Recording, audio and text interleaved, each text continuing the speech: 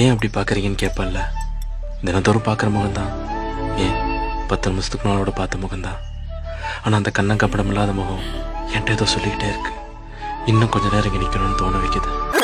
ஒரு காதல் கடிதம் விழி போடும், உன்னை காணும் சபலம் வரக்கூடும்.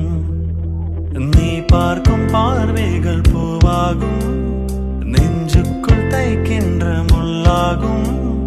கண்ணே என் கண் பட்ட காயம் கை வைக்க தானாக ஆறும். முன்னாலும் பின்னாலும் தள்ளாடும் செம்மேனி என் மேனி உன் தோளில் ஆடும். மழையோசை கலகல கலவென கவிதைகள் படிக்குது, குளமுழு தென்றல் காற்று வீசுது.